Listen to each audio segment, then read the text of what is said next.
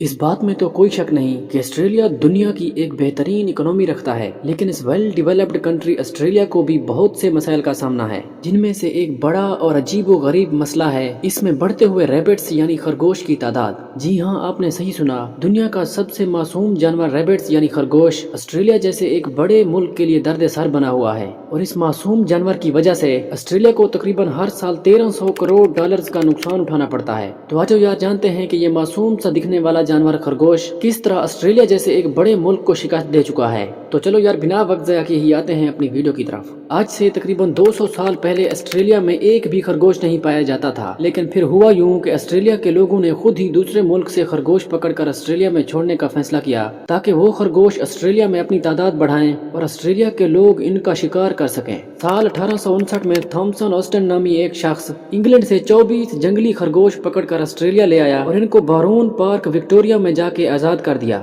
تاکہ وہ تمام خرگوش آسٹریلیا میں اپنی تعداد بڑھائیں اور آسٹریلیا کے لوگ ان کا شکار کر کے لطف اندوز ہو سکیں۔ لیکن کون جانتا تھا کہ شکار کے لیے لایا گیا یہ جانور ایک دن آسٹریلیا کی اکنومی کو تباہ کرے گا۔ خرگوش آسٹریلیا میں آزاد پھرنے لگے کیونکہ آسٹریلیا کا انوائرمنٹ ان کے لیے ایک بہترین انوائرمنٹ تھا، کیونکہ نہ تو آسٹریلیا میں خرگوش کا کوئی پریڈیٹر تھا جو ان پر حملہ کرتا اور ان کو اپنی تعداد بڑھانے میں ڈسٹربنس ہوتی، اور نہ ہی آسٹریلیا میں کوئی ایسی بیماری تھی جس سے خرگوش متاثر ہوتے اور ان کی تعداد ایک حد تک کنٹرول میں رہتی۔ اس زبردست ماحول میں خرگوشوں کی تعداد دن بدن بڑھتی رہی۔ بیسیکلی ایک مادہ خرگوش ایک سال کے عرصے میں تقریباً 60 بچے پیدا کرتی ہے، اس لیے ان کی تعداد آسٹریلیا میں تیزی سے بڑھنے لگی اور 19ویں صدی کے آخر تک آسٹریلیا میں ان کی تعداد تقریباً 1 بلین تک پہنچ چکی تھی، اور اب یہ ریبٹس آسٹریلیا کے تقریباً 70% رقبے پر قبضہ کر چکے تھے، اور اس رقبے پر کسی قسم کی بھی فصل اگائی جاتی تو وہ ریبٹس اسے تباہ کر دیتے تھے۔ اس طرح آسٹریلیا میں ریبٹس ایک بڑی تعداد میں آزاد پھرنے لگے اور ہر قسم کی سبزیوں اور فصلوں کو تباہ کرنے لگے۔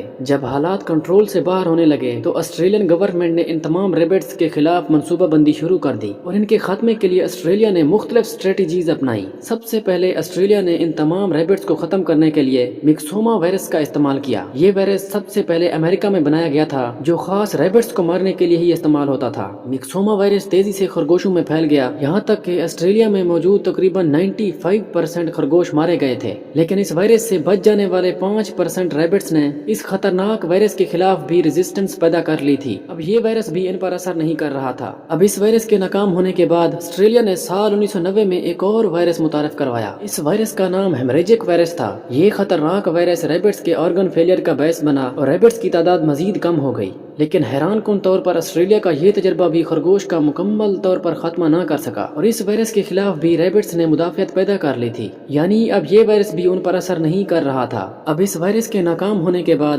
آسٹریلیا کا اگلا قدم تھا ٹارگیٹ کلنگ، یعنی بہت سے لوگوں کو ویپنز فراہم کی گئیں تاکہ وہ ان تمام خرگوش کو ختم کر سکیں، لیکن آہستہ آہستہ ریبٹس ان ٹارگیٹ کلر سے بھی ہوشیار ہو گئے تھے اور آسٹریلیا کا یہ حربہ بھی کام نہ آیا۔ لیکن آسٹریلیا نے مزید کوئی ٹیکنیک بنانے کا فیصلہ کیا، جیسے کہ ریبٹس کی جین ایڈیٹنگ ہو یا پھر ریبٹس ٹریپ وغیرہ، لیکن آسٹریلیا آج تک ان تمام ریبٹس سے پیچھا چھڑانے میں ناکام ہے۔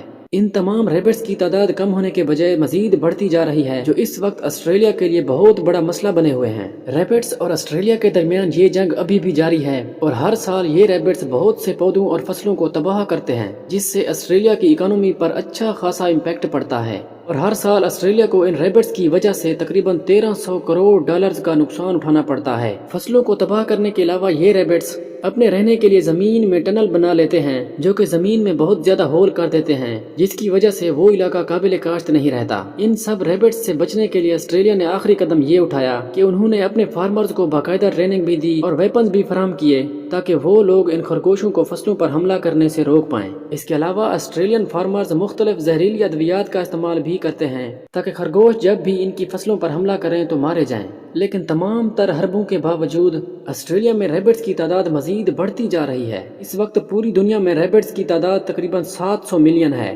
جن میں 200 ملین ریبٹس صرف آسٹریلیا میں پائے جاتے ہیں، اور آج تک تمام تر حربوں کے باوجود یہ ریبٹس آسٹریلیا کے لیے ایک بڑا مسئلہ بنے ہوئے ہیں۔ تو ناظرین، یہ تھی ہماری آج کی ویڈیو۔ امید ہے آپ لوگ بھرپور لائک اور آگے شیئر بھی کریں گے۔ اس کے علاوہ ہماری اگلی ویڈیو کس ٹاپک پر ہونی چاہیے آپ مجھے کمنٹ باکس میں بتا سکتے ہیں۔